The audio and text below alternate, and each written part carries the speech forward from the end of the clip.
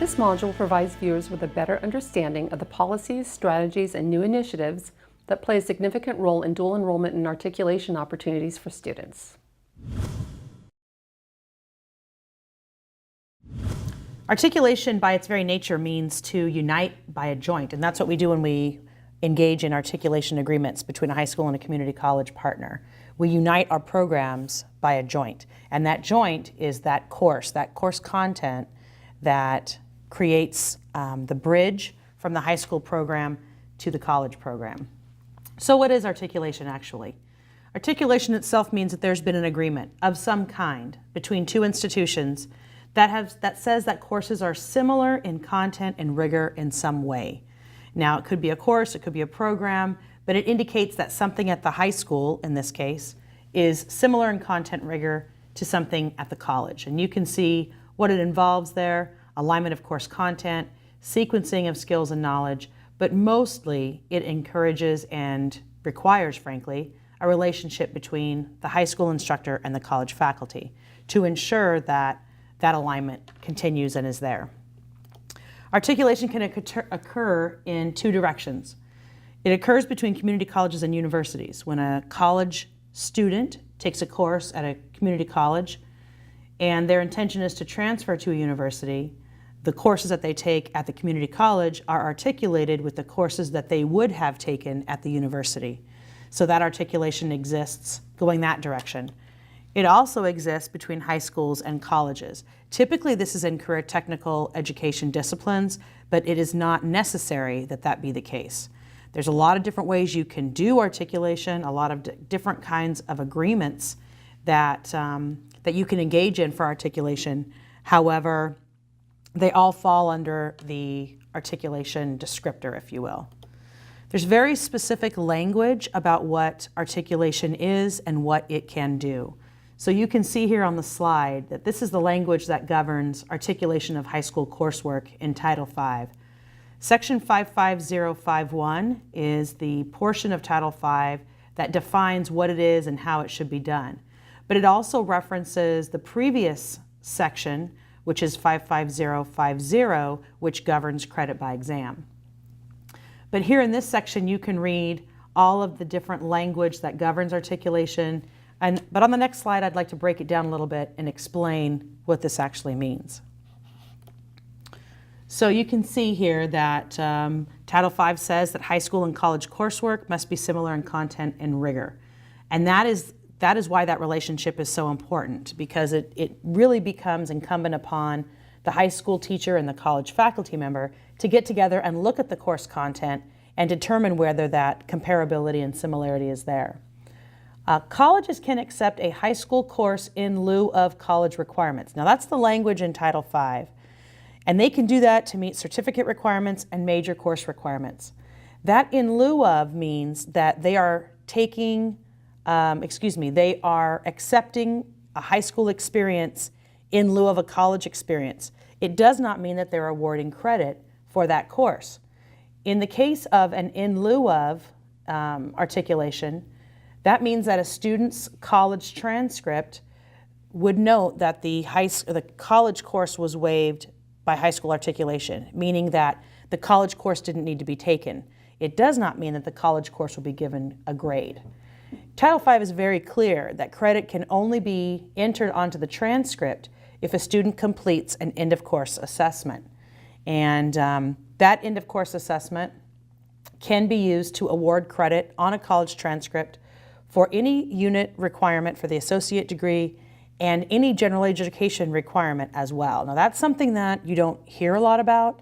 That's something that is a little controversial in terms of the way that someone might accept that information on a college campus. So you have some folks on a college campus who might say that you cannot articulate a general education course. That in fact is not true. You can articulate a general education course. However, you must have a credit by exam process in place in order to do so. So you can see here in this breakdown slide that we reference the previous section on credit by examination when it relates to articulation.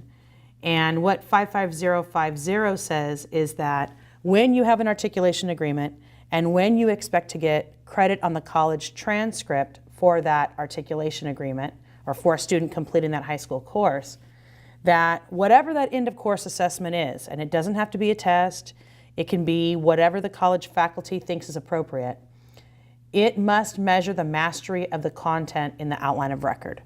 Now, there's a little bit of a contradiction here. So credit by exam, the section of credit by exam says that it has to measure the content in the outline of record. However, it also says that college faculty have discretion in terms of the nature and content of the exam. It is solely the college faculty's responsibility to determine what is in that examination.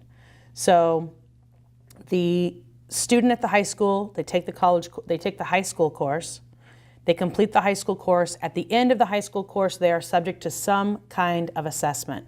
It could be a written exam, it could be the college final, it could be the high school final, it could be a portfolio of work. It could be, I had a college faculty member that wanted high school students to give them a sample weld. So they would weld 2 metal coupons together, and he would determine if that weld exhibited mastery of that course outline. So there's tons of ways that you can earn college credit on your transcript through articulation and an end of course assessment.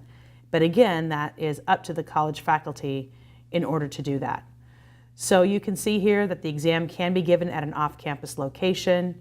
The most important thing, and I think the thing that is most critical right now, is the notation on the college transcript. And we see colleges doing this inaccurately all over the place still to this day. It must be noted on the transcript, the college transcript, that credit was earned by examination. It's very clear in Title V, very clear that that's the expectation, and many colleges are still giving a grade and putting in parentheses high school articulation, which is against Title V to do. However, the bigger issue is that when a student takes a high school course, is awarded credit at the college on the college transcript for that articulated course. And that course that they're receiving credit for at the college, let's say for example, is part of a transfer degree program. When there is a transfer degree program course that has been given credit through high school articulation, the receiving university, the CSU, for example, is not obligated to accept that college credit. However, when a course is earned or a grade is earned by examination, they are obligated to accept that credit, because we'll have lots of college students that will take the credit by exam option that we often call challenging an exam in order to test out of, if you will, the course, and their transcripts would also be noted that credit was earned by examination. So it's impossible for the CSU to ascertain whether or not the credit was earned through high school articulation or through credit by exam. And it's not devious to do so. That's very clearly the language in Title V, but it is also very clearly something that our colleges are struggling with doing in an accurate way. So that's definitely something that high school partners want to explore and discuss when they're meeting with their college partner. What is the transcript going to look like when this student completes the course? And I would even go so far as to ask that they see a sample of what that would look like. Because what we don't want to do is work hard to create these connections, to make these agreements, to create these seamless pathways for students, only to learn that when the student got to the college, the course that they got credit for has to be repeated because of a technicality of the way that it was noted on the transcript. So those are some really key points. Certainly you can go back to the language in Title V regarding high school articulation and look at some of the fine detail. And I will tell you that in many cases, a college partner and a high school partner might look at this language and have different interpretations. And so it's really important that folks are on the same page as it relates to this language and what we can and cannot do with regard to high school articulation per Title V. So there's also some changes to Title V that are in the pipeline. This is not a done deal at this point, so just be mindful of the fact there is some movement in this language, mostly in an attempt to clarify some really historically confusing language. As I just said, oftentimes high school and college partners will look at these words and they'll interpret them completely differently. And so that's been problematic for many partners across the state. And so what this change has attempted to do is to separate out the language in articulation from the language in credit by exam. And it attempts to allow 55051 to really stand alone in terms of how we do articulation agreements, how we articulate high school coursework.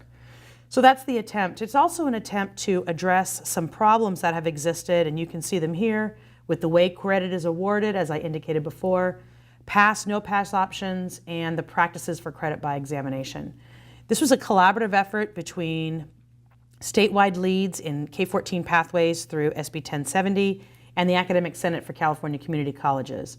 So there is language out there that is kind of in the pipeline for approval and for change in Title V, but that is a lengthy process. And so if you have questions about that, certainly seek out your K-14 pathways lead in your region.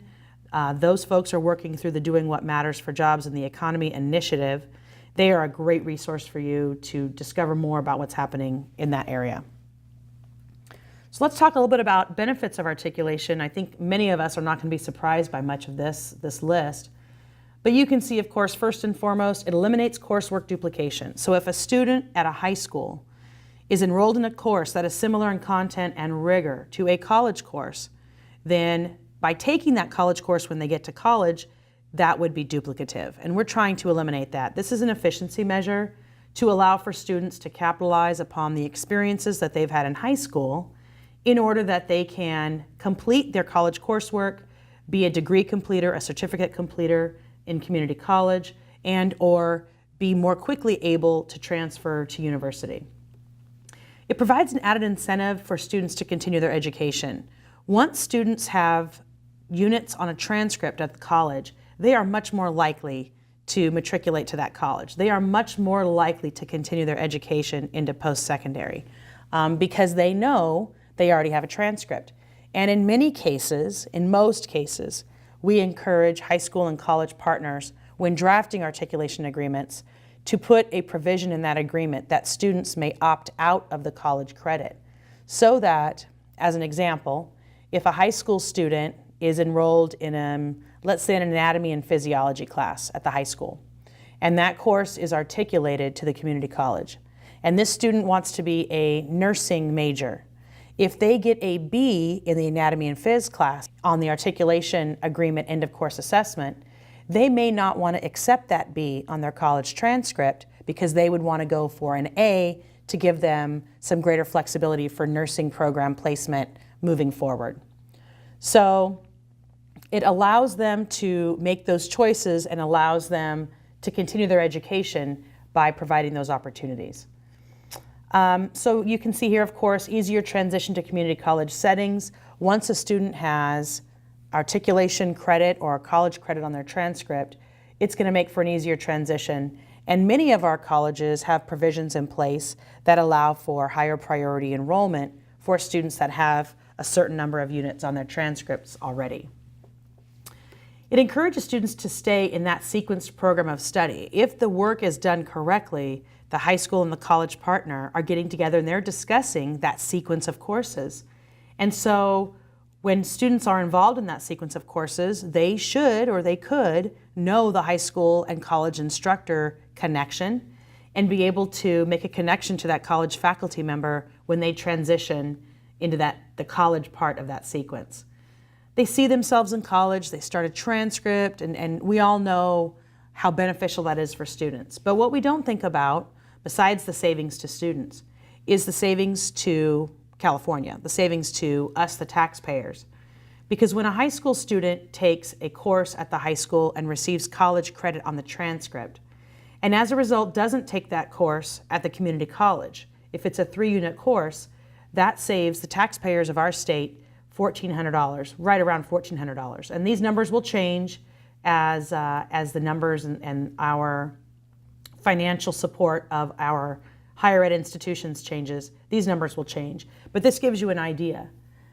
Likewise, if a student takes a course at the high school, gets credit at the college, community college, and then leaves the high school and goes straight to the UC, that prevents them from having to take that course at the UC. It saves the taxpayers $5,600, right around $5,600.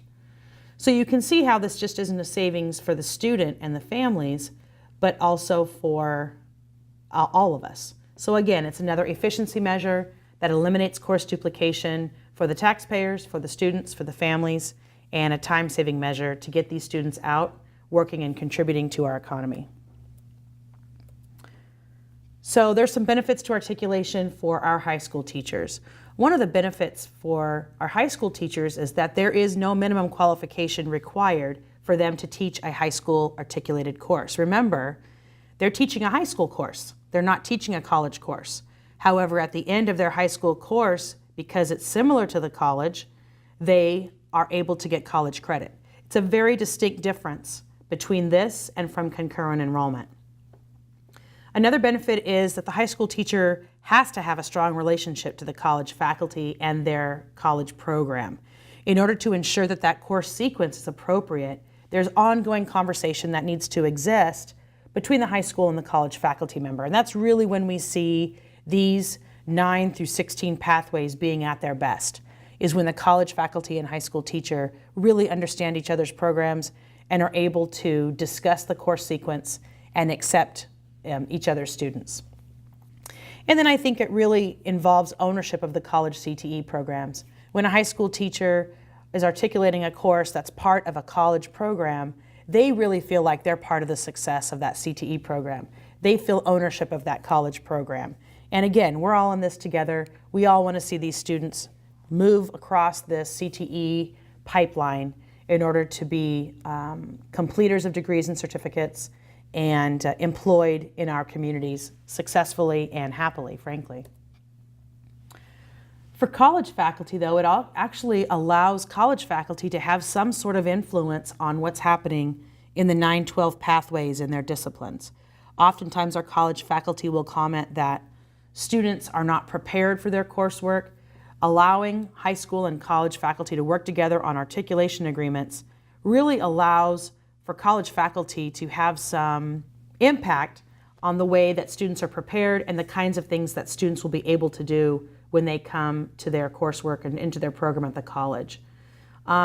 College faculty also can have some impact on the kinds of things, the kinds of courses that students are taking at the high school. When we talk to high school teachers, oftentimes if they're creating their high school pathway or academy, and they're doing so without the input of a college faculty member, they may not have an idea of what they're preparing students to do or preparing students to go to somewhere. When you bring the college faculty and their program into the picture, now it becomes clear for high school teachers to say, I want to begin with the end in mind. I want to prepare my students to enter the college program. So I really want to look at my course sequencing and the content that I'm giving students so that they can really be ready to go into this college program. If a high school teacher is teaching a pathway or academy that doesn't have a local program aligned to it, it begs the question, what is the value of this high school program for my students if they want to move on? And is there something that I can do to affect the students in my program and allow them to be more ready, more prepared, more aligned with what the college is seeking for their programs? So you can see, of course, college CTE programs should be strengthened by work and skill-ready students as a result of this articulation and this work together. That's not to say that that doesn't occur in dual and concurrent enrollment. However, it is a benefit of articulation as well. Students who enter college with articulated coursework are more likely to complete a certificate program. They're more likely to persist into continuing education. And the reality is that one of the reasons that we still look at articulation is because sometimes dual enrollment just doesn't work, concurrent enrollment just doesn't work. And we still have to find ways to make those connections to students. Because remember, when it comes to dual and concurrent enrollment, the college course and the high school course have to be the same course. So if we don't have similarity in coursework, how can we still connect? There's a lot of flexibility to do that in articulation. As an example, perhaps a high school academy of engineering is offering the Project Lead the Way coursework. It's a great program, it's a great curriculum at the high school, but the engineering program at the local community college does not have a course that is similar to that coursework. Perhaps it would be an option that our high school program, our 4-year sequence of courses at the high school, might allow the students to meet one course at the community college that would be similar. So in that situation, we would be articulating a program to a course, meaning that students who complete a 4-year sequence at the high school are given college credit for a single course to get them started in the college program at the community college. So there's a lot of flexibility to do that. And again, it all boils down to the agreement. There's a lot of problems that exist with articulation, and it's sometimes tricky to navigate those problems. Sometimes community colleges don't have the CTE program that high schools want to articulate to. And so then it requires high schools to really kind of get creative and look at what are some things that make sense for our students to articulate, or what are the skills and abilities that they are gathering from this program, this sequence, this pathway or academy that might be equatable to college credit at the community college. Secondly, a lack of understanding on articulation practices. Oftentimes, colleges feel that because it hasn't worked in the past that it doesn't work at all, and that's truly not the case. Oftentimes, it's just a matter of understanding what a college can and cannot do with regard to articulation, and always keeping students at the center. Always keeping students in mind when we make these agreements, and having an understanding of what the effect on the student would be should this articulation occur or not occur. Sometimes the relationships between the faculty at the college and the high school instructors are difficult to navigate. And again, because this is so focused on course content, there has to be conversation between these two folks. If they don't have a relationship, or if those relationships are strained, it could be problematic to make these agreements work. And so it's very important that instructors at the high school who want to engage in either articulation or concurrent and dual enrollment, that they understand they have to have a relationship with the college instructor in order to make it the best it can be. But one of the biggest challenges really is the awarding of credit, because oftentimes what will happen is our high school students are enrolled in high school courses, and we have difficulty getting the information on those students and their student success in that course. We have difficulty getting that information over to the college and getting that information into the student management system and getting it onto their transcript. So that's been the biggest challenge that I've seen for articulation agreements and articulation and credit by exam, is how we get that credit onto the college transcript. It becomes very, very difficult. And in some cases, it becomes very time consuming and very labor intensive. So that's definitely something that colleges need to figure out if they're going to pursue an articulation agenda and try and articulate high school coursework with the community college. And there's a lot of different ways to tackle that problem. You know, certainly a lot of our high school and college partners are using CATMA, which is a wonderful database portal that high school and colleges can access in order to transfer data between. That's a wonderful option. Some of our colleges are using some different filing systems on Google Drive to try and help that to happen. The reality is, though, there is no best one way to do it. It's a matter of what each college can pull together in order to make it happen.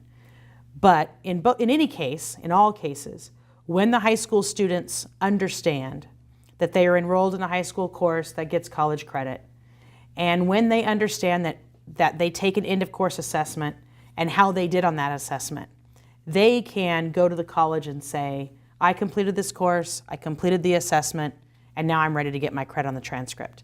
They can be the architects of that as well. And that's why it's challenging, but that's also why it's kind of exciting for students, because they have some ownership on that process.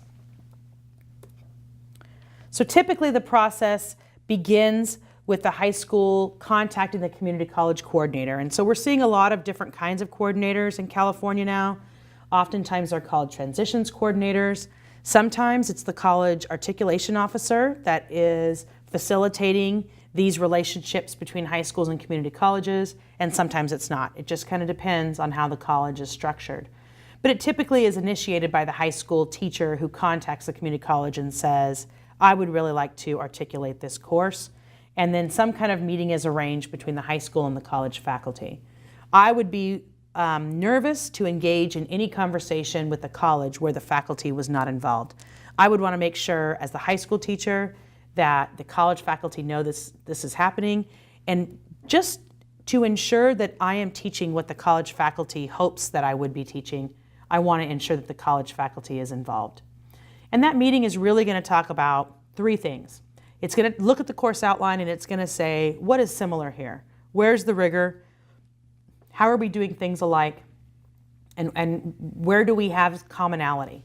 It's going to look at student outcomes and competencies and look at the expectations for student learning and if there's similarity there.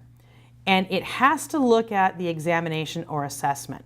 Now, that's not typically something that's on a course outline. It's not typically something that you would talk about or you would put on a course outline when you're putting together an articulation agreement, but it has to be discussed in this meeting or in subsequent meetings to ensure that everyone's on the same page.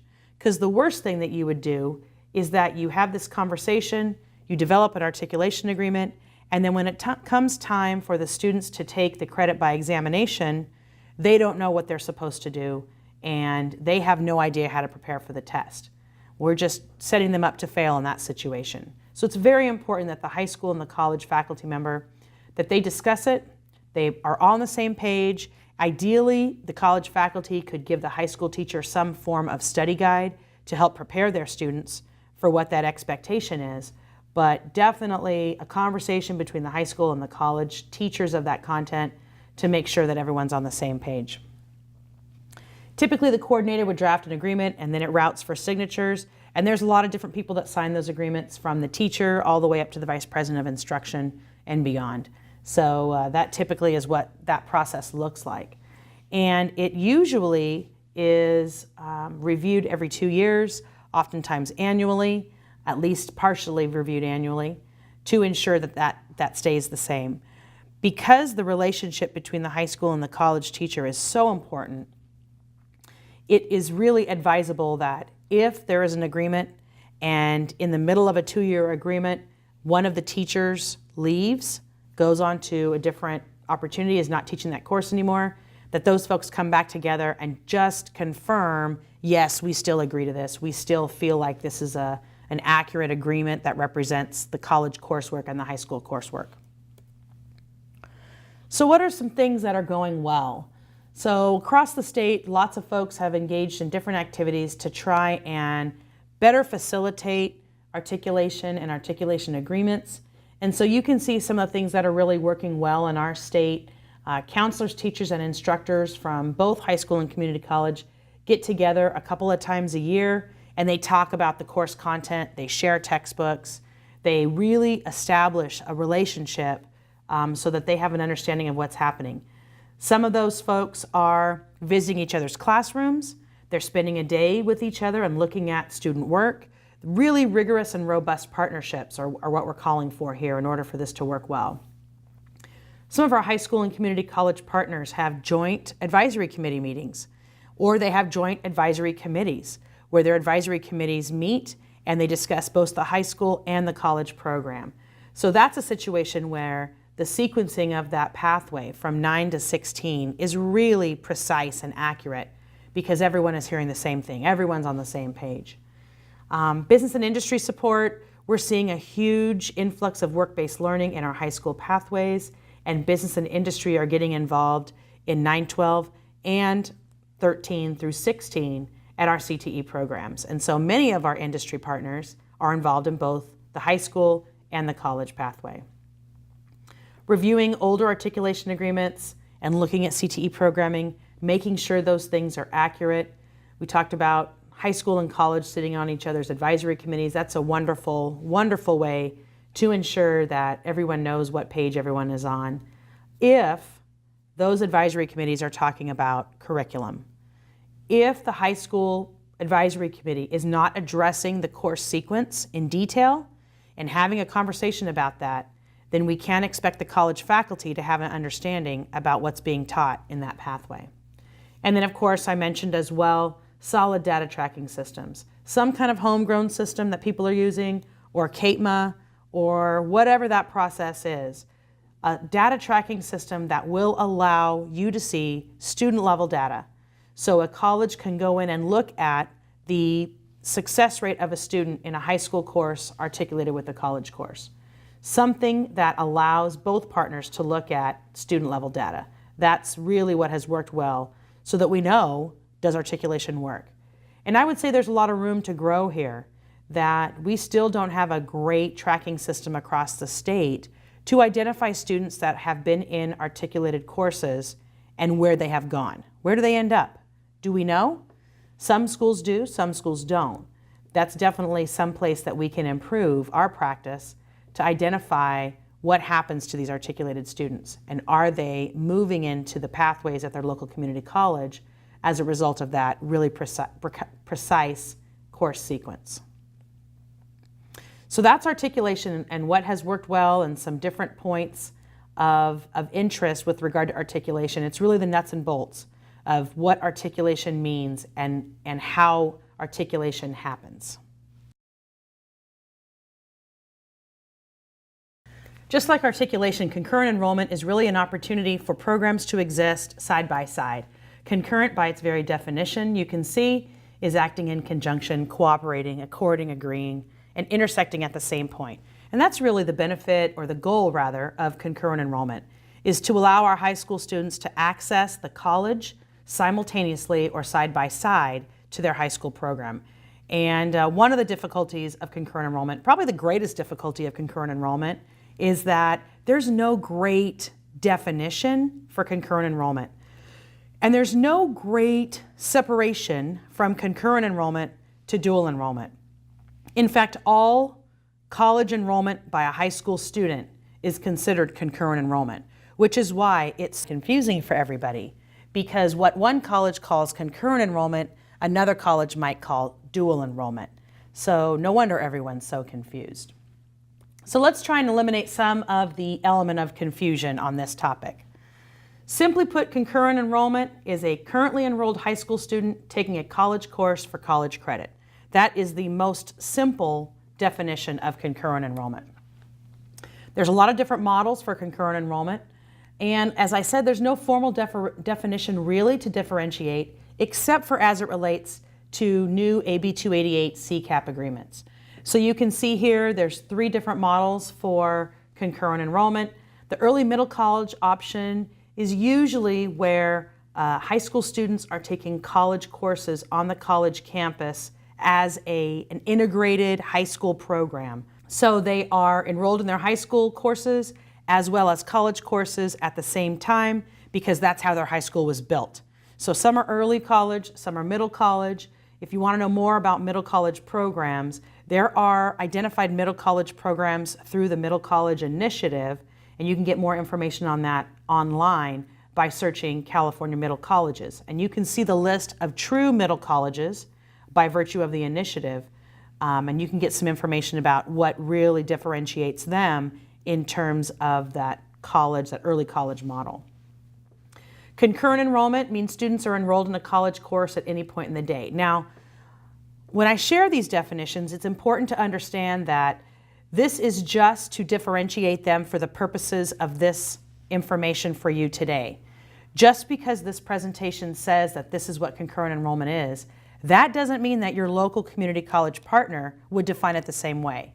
Again, there is an element of confusion with this language here, because there is no formal definition that differentiates concurrent from dual. So for our purposes today, we're going to say that concurrent enrollment is when a student takes a college course at any point in the day, and only the college course. They're not enrolled in a high school course as well as a college course. Dual enrollment, conversely then, would be that students are enrolled in a high school course and a college course in the same content area. So as an example, a student is enrolled in a high school agriculture, business, and government course as a senior in high school. At the same time, they're enrolled in the college ag economics course during that same block of time with the same teacher. So that course is dually enrolled. The student is getting high school credit for the high school component and college credit for the college component. You can see why it's so confusing. So even under that definition of dual enrollment then, we can further specify that dual enrollment courses can be CCAP, which is through the new AB 288 legislation, or they can be non-CCAP. And that makes a difference for us. We need to know what the course is if it's CCAP or non-CCAP, because that changes the way we do things. It changes the way we report. It changes the way we structure that course. It changes the kinds of students that can enroll in that course. So there are some differences there. The benefit to CCAP, among other things, is that we know what that is. It's clearly defined for us. We know exactly what it means. There's some gray area and some wiggle room for non-CCAP that oftentimes makes it challenging for our colleges to navigate. So why concurrent enrollment? We hear this all the time. Oftentimes college faculty in particular will say, well, gosh, why do our high school partners want our high school students to take college courses? Why can't they just wait until they get to the college and then take college courses? Well, the reality is that you can see here this one research slide that shows the Community College Research Center in 2012 published a study based on student enrollment in Florida, who has a very aggressive concurrent and dual enrollment legislative language and structure in that state, that if you look at the percentage of students who enroll in post-secondary after high school, those students that have dual enrollment in their past are 67% of those students enroll in post-secondary and 50% for those that did not have dual enrollment. So you can see there's a pretty drastic difference between the students that do enroll in post-secondary and the students that don't. And you can see also that for those students that have dual enrollment in their past, that they have completed a dual enrollment course while in high school, their persistence to the second term, they enter college and they go into the second term, 82% of those students will persist into the second term versus 77% of those students who did not take a dual enrollment course in high school. And again, you can look at the data on persistence to the second year. So you can see just in the research in Florida, which has a wealth of data there for dual enrollment, there is a statistical advantage for our students to take a dual enrollment course while in high school over those students that have not taken a dual enrollment course. You can also see that there is a significant GPA advantage for students that have completed a dual enrollment course. The average first-year GPA of a dually enrolled high school student once they enter college is 2.62 versus 2.40 of a student that has not completed a high school dual enrollment course. And you can see again the cumulative GPA is higher, but also you can see that after 3 years in higher education, our students that have dual enrolled coursework in high school complete 55.7 units of post-secondary credit at the end of 3 years as compared to 40 credits for those students that did not have a dual enrollment course while in high school. So you can see the numbers here. Certainly in California, we are just on the cusp of being able to report this kind of data. Our data is just very early coming out because dual enrollment is not as pervasive here in California as it is in Florida. But I would wager that within 3 or 4 years, we'll have statistics like this for our California students that have been allowed to take dual enrollment coursework in high school. So you can see the advantage here. For more information on this study, there's a whole bunch more information regarding data from the Florida study and other studies. You can look at the Community College Research Center report from 2012. If you Google that, you can find it. We do have some data on dual enrollment here in California. We think it may improve career pathway student outcomes. You can see that for students, and this is based again on California data, students have a higher post-secondary enrollment and a higher pursuance of bachelor's degree and second-year persistence.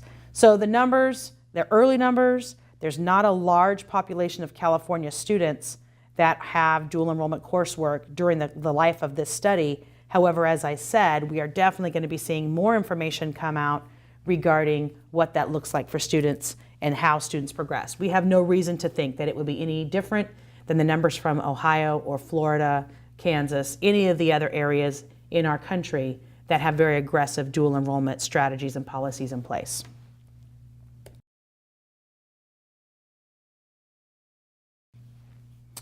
So there's a couple of different pieces of existing law and regs that govern dual enrollment and what that means. Now, I'm not going to dive deep into the ed code language, but it's good to know where that ed code language is and what it says. There's two sections of ed code that govern dual enrollment.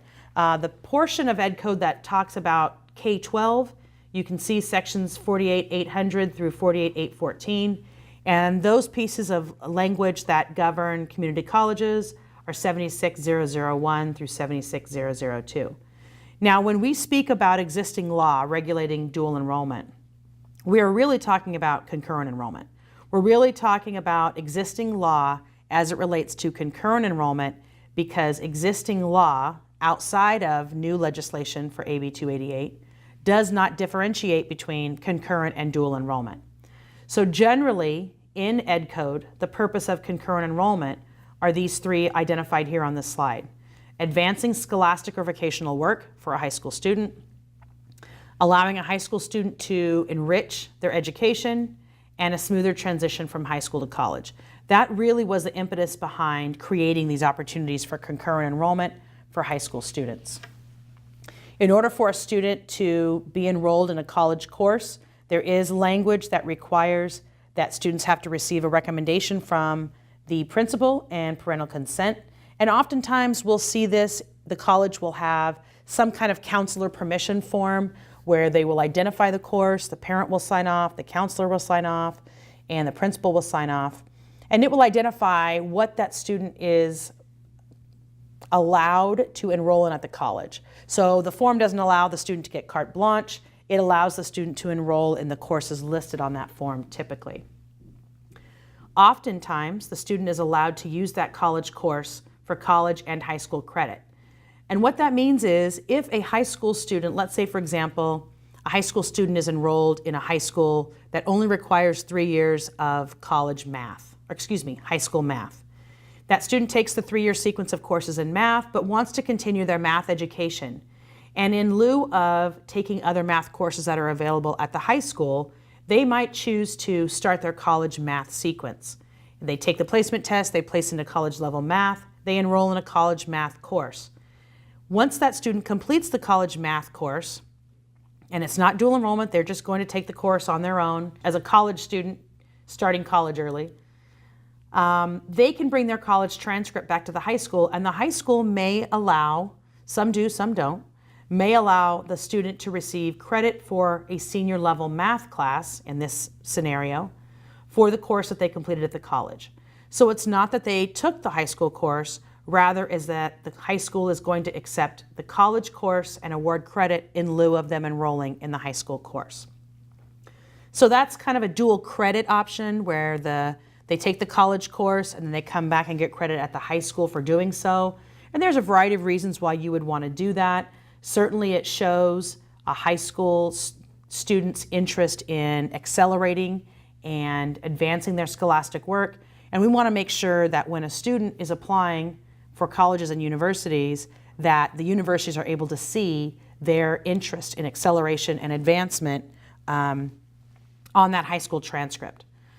So another provision in existing law is that high school receives ADA for student attendance. In other words, a high school student cannot take a college course if they haven't completed their daily hours at the high school. So they can't come to school for a 55-minute period and then take the rest of the day and go to college. They have to complete their required minutes at the high school as prescribed by law, and the high school, of course, is going to enforce that because they want to receive their average daily attendance funds for that student's attendance. There's a limit also on summer session. Students have to be prepared for any summer session coursework, and so as a result of that, oftentimes they will limit the kinds of enrollments that students can take over the summer. It's also really difficult for students to get college coursework in the summer session as well, because there are just a whole bunch of students, college students, that are trying to take that college coursework already as it is. And students have to exhaust all of their opportunities for the equivalent course at the high school. Now here's an example of that. We have a student in a local high school who is very, very talented and gifted in mathematics. This student started high school as a freshman in Algebra 2. He took every single high school course in mathematics that he could take in progressively and increasing rigor and more challenging content. By the time he had finished his sophomore year, he had taken it all. He couldn't take anything else. So in order for him to continue his math sequence, he went to the community college and he began taking his community college math sequence at the college. What the high school did, because again, remember, this student needed to complete 3 years of math in order to graduate from high school. What the high school did is they allowed the college transcript to complete the graduation requirement for that student on his transcript. So this particular student in this scenario might have a college transcript that would have high school course names on them, but he may have actually completed a couple of those courses at the community college. So that's a limit on summer session. So if a student has taken every course that they can possibly take in that content at the high school, then they would be able to take the college course. Now again, I just want to reiterate that we are talking about existing law. So this is not relevant to AB 288, new legislation. Rather, it's the way that dual and concurrent enrollment have been done now for some time. Typically, students are admitted as a special part-time student. They'll call them a special part-time admit. It is a way to identify students in our community college information systems. The college can receive state apportionment on these students. So there's a variety of different things in play here. If a high school student goes to high school through their high school day, they complete all of their coursework, their 240 minutes, and then they take a college course, then the college can receive apportionment on that student. But it's something to consider, however, is colleges and high schools don't receive funding in the same way. So it's important to note that community colleges can receive state apportionment on high school students enrolled in their coursework under existing law when they're admitted as a special part-time student, when they have completed their 240 minutes of K-12 instruction per existing law. But it's important to note, though, that colleges and K-12 partners are funded differently for student attendance. In the case of the K-12 partner, districts are funded based on their average daily attendance. They need to reach that 240 minutes in order for them to consider attending for that day. Conversely, when we look at community colleges, they don't look at average daily attendance. Rather, they look at full-time equivalent students. A full-time equivalent student is a 12 units of enrollment. So if you have one high school student enrolled in a 3-unit course, you would need 4 of those high school students to equal one full-time equivalent student. And not only that, colleges are funded based on a range of full-time equivalent students. So for example, a college might receive a certain number of dollars for 10,000 full-time equivalent students. And they wouldn't receive increased funding until they hit, let's say, 13,000 full-time equivalent students. So in the space between 10,000 full-time equivalent and 13,000 full-time equivalent students, the college would be receiving no additional funding, but would be providing additional service as a result of the additional students that they serve. So it really becomes an enrollment game to try and figure out, how do we hover around the level of enrollment of full-time equivalent students at the college in order to take the best advantage of the apportionment that we are given. It's not like the K-12 districts where you can say, well, gosh, college, you're getting an extra student, you'll receive apportionment for that student. That's not the case. It takes 4 of these 3-unit students in order to make a full-time equivalent. And even then, they wouldn't receive extra funding necessarily on that student. It's important to understand those differences, because when we're engaging in these relationships and these conversations between our high school and community college partners, it's important to understand what each other values and why each other is at the table in order to make these things work. So under existing law, college and K-12 districts can determine the level of course credit and what that looks like. What kinds of courses would be appropriate for high school students to take. Students are assigned low enrollment priority except those that are identified as middle college students. That's an exception in existing law based on the Middle College Initiative. So as we talk about students that might want to take a summer session course, or students that want to take an impacted course or a high demand course like an English course or a math course or a history course, It's going to be difficult perhaps for them to take that course at some colleges because they will have a low enrollment priority and they may have to try and crash the class in order to get in that course, which is a great lesson in grit and being a savvy student and learning how to navigate that process. But as we all know, not all high school students are able to navigate that process. Many of them lack the grit necessary to do so. So it's really important to understand that just because a student decides they want to take a college course doesn't mean they're going to get the course that they want. Community college classes have to be open and advertised to the general public 30 days prior to the course. What that means is if a college wants to enter in an agreement with a high school to offer a course on the high school campus, a concurrent or dual enrolled course, and the high school wants their high school students to take that course, it cannot be limited to only high school enrollments. That class has to be open and advertised for 30 days, such that any college student that wanted to could enroll in that class. That also means that high school students may not be able to get the course if college students that have higher priority enroll in it prior to the student's enrollment priority coming up. So it's a balancing act. It's trying to figure out when do we open that course, how do we advertise it. Now, in the case of a dual enrollment course where the college is offering a course on the high school campus and perhaps the high school teacher is teaching as adjunct faculty for that course, perhaps that course is meeting 5 days a week for an hour according to the high school schedule. Many college students would not choose to take a course 5 days a week for an hour on a high school campus. That simply would not be their preference. So by virtue of that, that limits a little bit of the enrollment that you might get from a general college course. However, there is that potential. Another thing to be cognizant of for a dual enrollment course on a high school campus is that they can be held on a high school campus, but they cannot be held when the campus is closed to the public.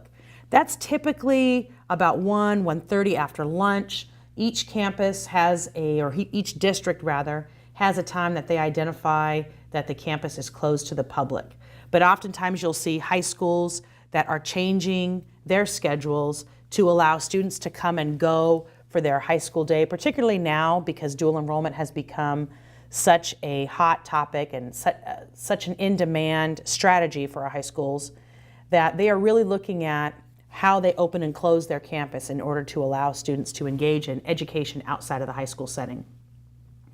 There is a limit on enrollment of high school students into PE courses, and the college can only claim 5% of that total FTEs for apportionment. So there are some exceptions to in existing law that we have to be privy to. Certainly, the colleges understand this.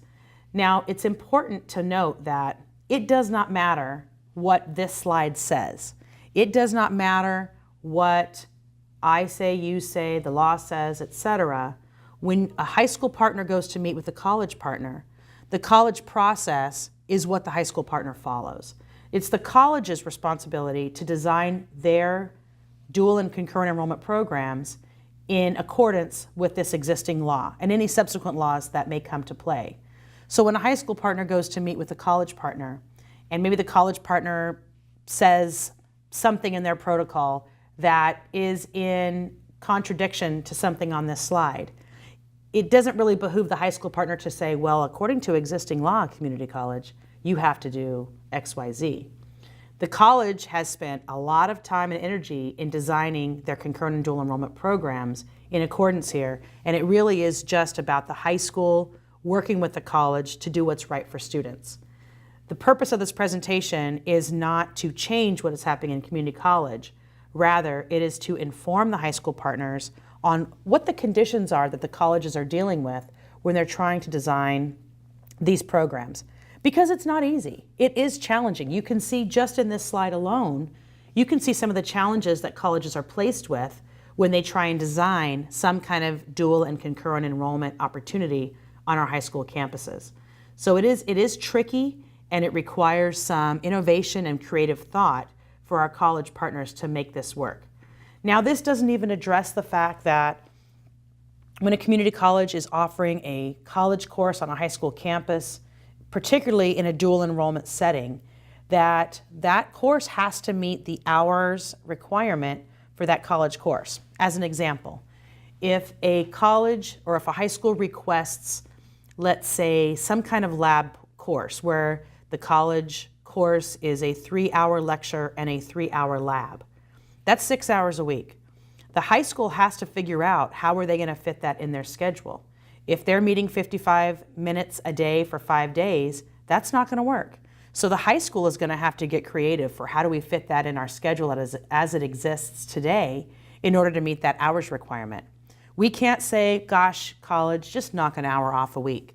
We can't do that. We have to meet the requirements of the course outline of record from the community college in order to make it work. So there's definitely some give and take in existing law and in new legislation that's going to have to take place in order for these agreements to come to play. Just like articulation, dual and concurrent enrollment requires a very strong and robust relationship between high school and college partners, particularly between those partners that are teaching that discipline. So a high school teacher that's teaching that discipline really has to have an understanding of what the expectation is from them on the college side as it relates to their professional behaviors and responsibilities, attendance, etc., but also the expectation of the college faculty as it relates to the course content. The college faculty really it's incumbent upon them to communicate to the high school instructor, this is what I expect of your students in this course. Because the reality is, many of these courses are introductory courses for high school students. So if we aren't providing them what they need in order to persist in this sequence of courses at the college, then we're doing them a disservice, because then they will have gaps in their knowledge as they persist into the next course in the sequence, which will then be problematic for the college faculty.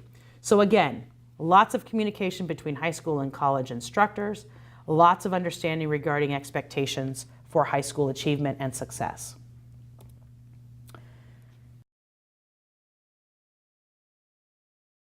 AB 288 legislation recently passed, which provided opportunities for college and career access pathways. We call them 288 pathways, we call them CCAP as well. They are different from existing law dual enrollment opportunities. And there's a couple of different ways that they are. Dual enrollment under CCAP language or under AB 288 language requires a district level agreement. So it changes the way that we design these college courses. The intention is to reach a broader range of students.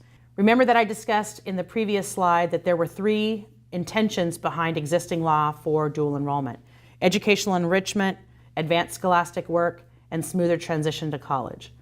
This legislation intends to reach those students that might not typically access college otherwise.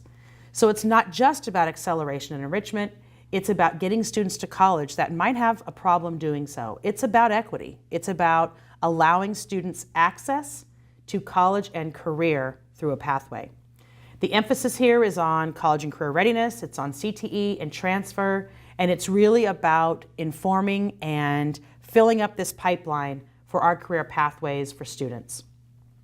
And it hopes to reduce the number of students that need remedial help in English and math upon entrance into the community college, mostly because it allows colleges to offer English and math coursework in the high school and allows them to track success, or lack thereof, of students in those courseworks to identify the need for remediation, allows the colleges to look at their practices for assessment and placement and dual and concurrent enrollment in these areas to gather data on it and make some decisions about how they provide services to high schools in their region.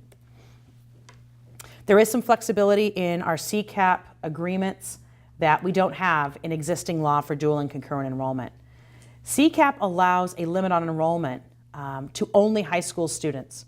So when a course is being taught on the high school campus and it's a college course, through a CCAP agreement, meaning if that course is designed and approved through the CCAP agreement process, that course can be limited to only high school students.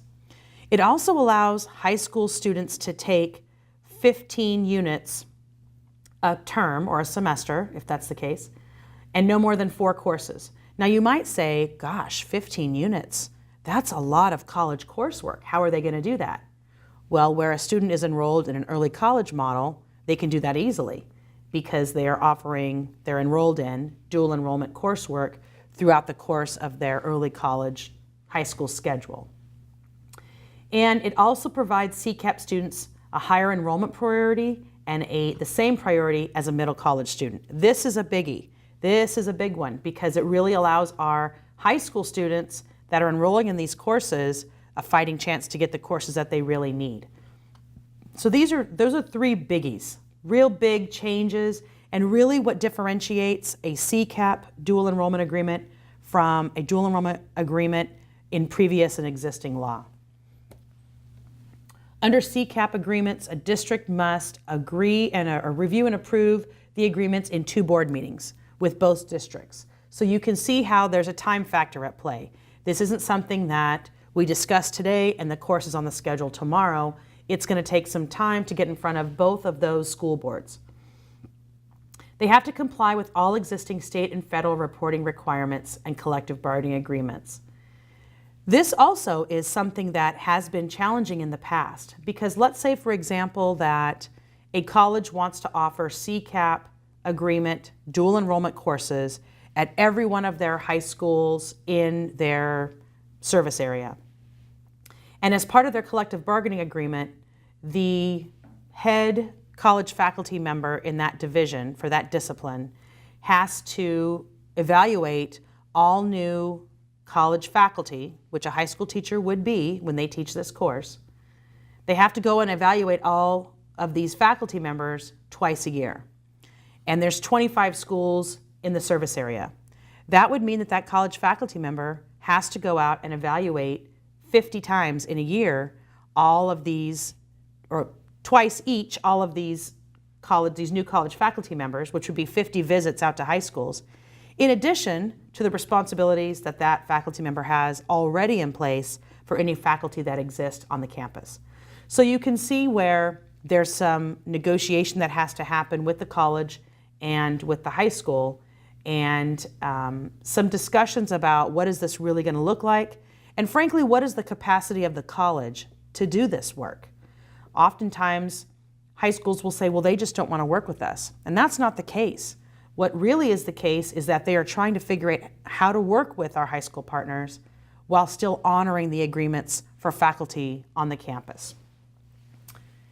CCAP districts have to ensure that faculty aren't displaced and that traditional college courses still have access to what they need. So this is really the statement that identifies the balance between what we have here in terms of our traditional college students and the access that they need, and the faculty that are here and what they are teaching and what we're trying to do for our high schools in our service area. So it's really taking a broad, comprehensive look and looking at the effect that these dual enrollment CCAP agreements would have on the college and the high school, the faculty, the students at the college, and what does that do to students when we make these decisions and schedule these courses. Also, the districts have to report student outcomes in CCAP. So they have to be able to say what happened to a student in a CCAP course. Did they pass? Did they fail? What was their student success? They have to look at how did the students do. And I think this is a wonderful thing because I think in order to identify whether or not this is a strategy that works in our career pathways, we have to be able to look at the data to support. We have to look at the evidence that shows that this strategy works or does not. And we have to be able to use that evidence and data in order to facilitate some kind of continuous improvement moving forward in the career pathway.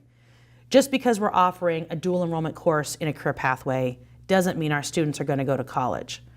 Now we have to show that it does or it doesn't using evidence. So how can we answer that question if we don't have that evidence in place? How does this change work? So our colleges are now dealing with the question of what do we do? Do we continue to offer dual enrollment under the existing law that we always have used? Do we offer CCAP agreement dual enrollments, or do we offer both?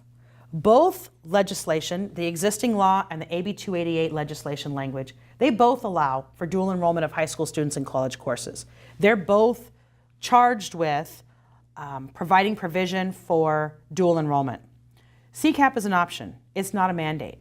Some colleges look at the requirements for CCAP implementation and they say, you know what, we're not going to go there. We're just going to stay with our existing law for dual enrollment. And they can do that. That's completely their choice to do so. Likewise, high school partners might stay the same. They might say, you know what, we don't want to go that route. We'd like to just keep it as is. And that's fine under legislation, under current law. Colleges and their partners can continue to operate under non-CCAP and CCAP. They can enter into new agreements. They can do both. They can offer some coursework under CCAP, other coursework under non-CCAP. So they really have some flexibility to decide what makes the most sense for the career pathway that's in place. And there's a million different scenarios that we could run through that would show a situation that one would be more beneficial than the other. And just to be silly, we could throw articulation in there too. And we could say in all these different scenarios, articulation, CCAP, or non-CCAP, all might be a better option than the other. So it's just a matter of, again, that relationship between the high school and the community college, having an understanding about what they want to do and how it affects students, and putting students at the center of any decision that's made, and what that looks like for students at the high school and frankly at the college as well. Because if a college begins to offer dual enrollment opportunities at a high school, while their college program is not succeeding, there is an effect on the college program. And that's something the college wants to be mindful of. They want to preserve the strength, rigor, and importance and value of their college programs. And so they too want to ensure that their college programs are robust and can serve the students that they have in their service area. So we just need to be mindful of that as well. This next slide is not something that we really need to discuss. However, I do want to share that this is a copy of a one-pager that the Dual Enrollment Toolkit has available that really identifies the differences between CCAP and non-CCAP. And you can see that there are many things here that have been discussed already through previous comments in this presentation. You can see some of the notations here on this chart. It's really a great resource for our high school and college partners as they begin to navigate dual and concurrent enrollment with their partners, and looking at some of the things they need to be mindful of in order to really have robust and quality relationships. So I would encourage you to Google Dual Enrollment Toolkit and look at that resource. It's a fantastic resource. There's a one-pager just like this in there that will really be helpful as you begin to navigate this work.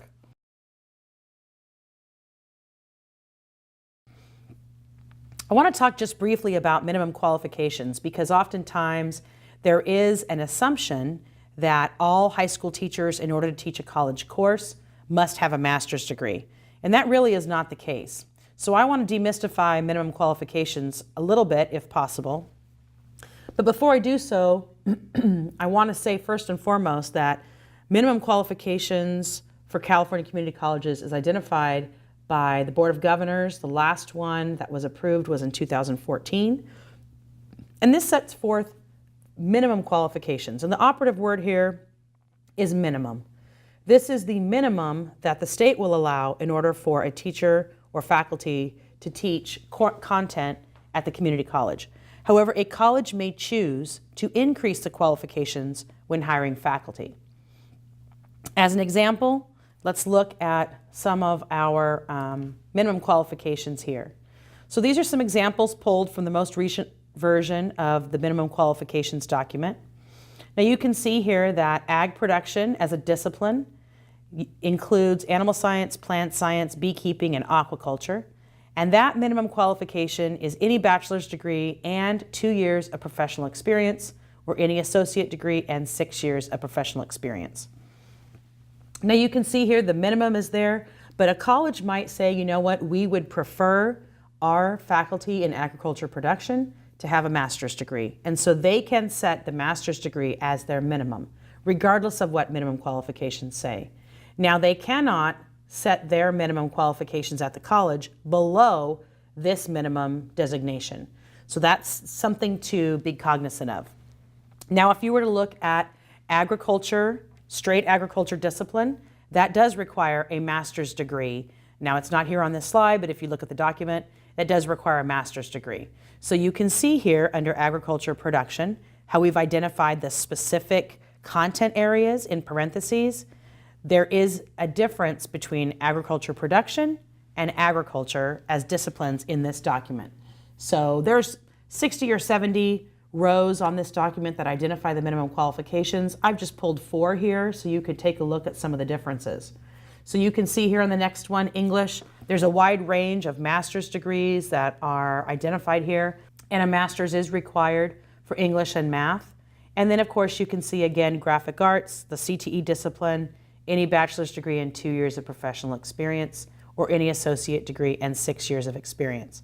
And this has really been an area of concern for our community colleges because, especially in our CTE disciplines, there's difficulty in finding faculty that meet minimum quals in these CTE areas, especially in the area of professional experience.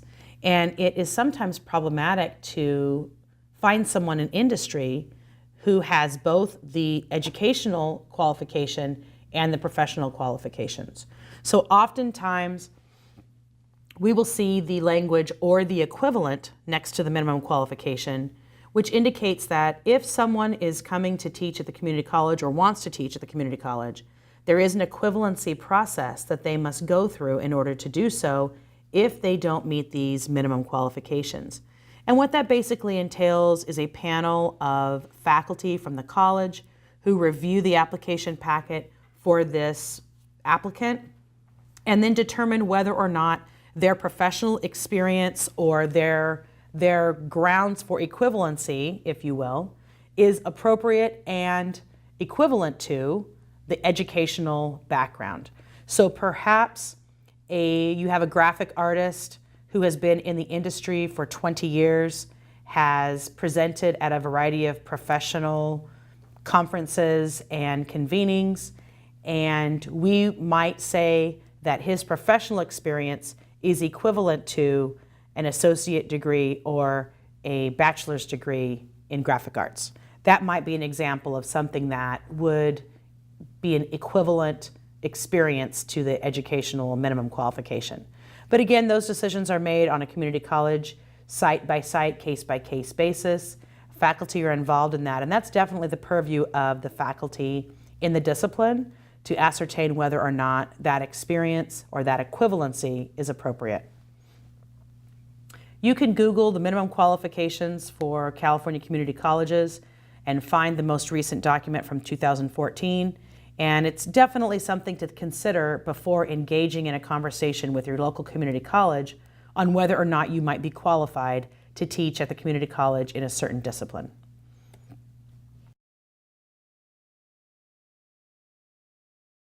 I want to add that there's some new recent legislation that allows non-resident special part-time students to be exempt from non-resident tuition when they are enrolled in a dual or concurrent enrolled pathway course.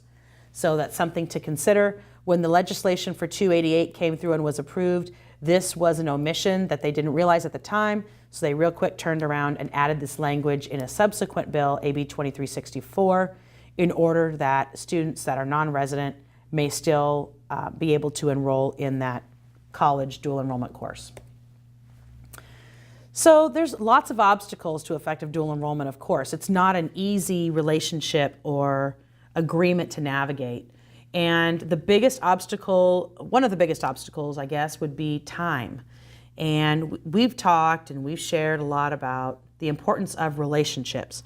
Relationships don't happen without time. It takes time for high school and college faculty to work together, to understand each other, to share effective instructional practice, and to develop a relationship so that the college faculty feels good about that high school teacher teaching their college content. So that requires time, and that can be tricky to schedule, can be tricky to find the time, but oftentimes it takes a lot of time. And so some of our colleges are providing some financial incentives for college faculty to work together with their high school partners in order to create those dual enrollment, concurrent enrollment options. Sometimes there can be a lack of participation and buy-in from college faculty and high school teachers. Sometimes the dean or some administrator perhaps at the college might want to put these things in place to serve the high school and might not engage the college faculty in the process early enough on. So the college faculty might feel like, hey, I don't know if I want to be part of this. I wasn't brought in early enough. So it's really important that when a high school teacher or a high school district is engaging in these conversations with colleges, that they ensure that the college faculty is at the table to start talking about what this might look like. An understanding of instructional time requirements, and it says K-12 instructional time, but it really should say understanding K-12 and community college instructional time requirements. It is really important that the expectation for instructional time is met by, on the K-12 side as well as the community college side, by the instructor. Again, if a course is expected to meet 6 hours a week and the high school is not able to accommodate that 6-hour schedule, then something's going to have to be done because that has to be met, and an understanding of how that would work. Likewise, an understanding of the community college to understand that K-12, or our high schools rather, might not have the flexibility to have a Tuesday, Thursday, 1 to 4 class for all of the dual enrollment courses. It might be too problematic to try and manage the master schedule to do that, with the understanding that there's 1,800 or 1,900 students on the campus that they have to plug into coursework in that 3-hour block on Tuesday, Thursday. Trying to make that work can be really tricky. It can definitely be an obstacle. But again, each of these obstacles that are identified here really are fixed by creative and innovative thought about putting students first and looking at creative ways to accomplish and kind of defeat these obstacles, if you will. Ensuring success of academically underprepared students. One of the challenges to dual enrollment, I think, is that oftentimes high schools believe, or I don't know that they believe it, but they are under the misconception that if you put a high school student in a college course, they're going to do well, they're going to rise to the challenge, and many do. However, some high school students need some support, and so our high schools really have to look at how can they support the students that are in these dual enrollment courses so that they can be successful. And that doesn't mean that they spoon feed them or they support them in a way that is unrealistic. However, this is a transition. We think about the transition that our high school students make from the 8th grade year to the freshman year. Many of our high school students really struggle in that transition. Likewise, many of our high school students struggle in the transition from high school to community college. If you ask a college faculty member, what's the difference between a high school senior and a community college freshman, they'll tell you 3 months. That's really not a big difference. We really have to help our students navigate that transition. One of the big areas of improvement, I think, for our high school programs, pathways, academies, is when they approach the community college and request some kind of dual enrollment course, it's really beneficial if they approach them with a program of study that shows the integration of that college course content, so that it shows this is my plan for my program of study, and I really want to do this dual enrollment course because it makes sense for my sequence of courses. This is my goal. My goal is to get my students to your college program, and in order to do that in an effective, efficient, and beneficial way for students, this dual enrollment course makes sense. If a high school teacher goes into the college and just comes in and says, I want to teach one of your courses, it's a little difficult to have that conversation with the high school teacher, as compared to if they come in and say, here's my plan for how I'm going to get my students to you. That begins the conversation in a much better way. There sometimes is a belief that dual enrollment isn't for everybody, that it's only the exceptional students that can complete a dual enrollment course. And that's really a misconception and an indicator that perhaps a college has not had experience with a really robust and rigorous dual enrollment program. And my only comment to that would be that we have to show our community college partners that our high school students can do this, and it's not only for those exceptional 1 in 100 students to do. This is a strategy that is changing the outcome for high school students everywhere. And it's not changing the outcome for only 4.0 and above students everywhere. It's changing the outcome for all students everywhere. We see stories and hear stories about students that were disengaged from school, they didn't want to be in school, they didn't like learning, and then they took a dual enrollment course. And all of a sudden their learning had value for them because it was going to get them to their end goal. It's not just for the exceptional. Not every student can do it necessarily, but it's not just for those exceptional students. So we have to really work on changing that mindset to show that our students can do this. And if you ask high school students, they'll tell you that they can. A big obstacle is that there's not enough focus on the partnership between the high school and the community college. I really believe strongly, and my colleagues would agree, that when you're engaging in a dual enrollment agreement, it's very important to focus on the partnership. This dual enrollment is not a silver bullet that's going to change the career pathway. Rather, it is a strategy in a comprehensive program of study that will allow our high school students to align and transition to the community college and allow them to accelerate in a way in their CTE pathways and limit remediation and all those other things that we talked about. We can't mitigate the importance of the partnership between high school teachers and college faculty. Very, very important that they work together.